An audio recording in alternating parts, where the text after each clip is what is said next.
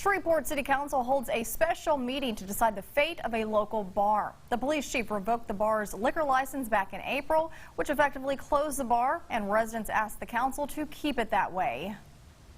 I'm 80 years old.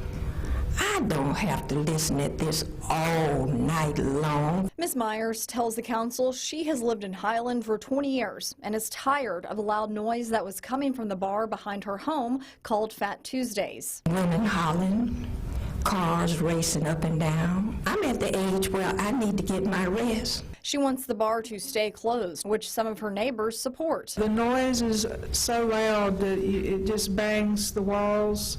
The racing cars up and down the streets. The president of the Highland Neighborhood Association says the other bars in the area do not cause these issues, and people were starting to hear gunshots outside this one. Even though there are many bars in this area, even though there are many issues in this area, this is the one place that I've gotten calls about.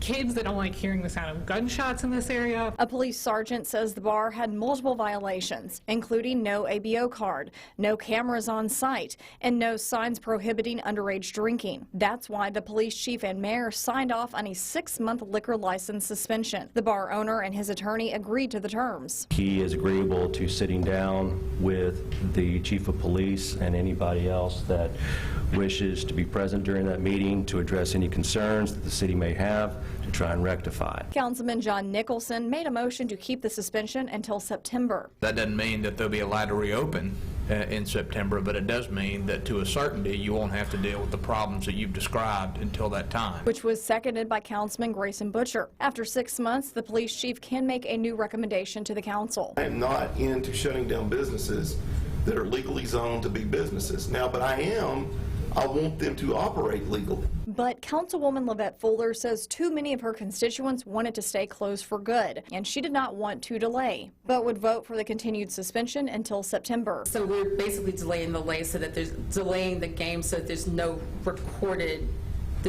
public record of an actual suspension so much as just the game has been delayed.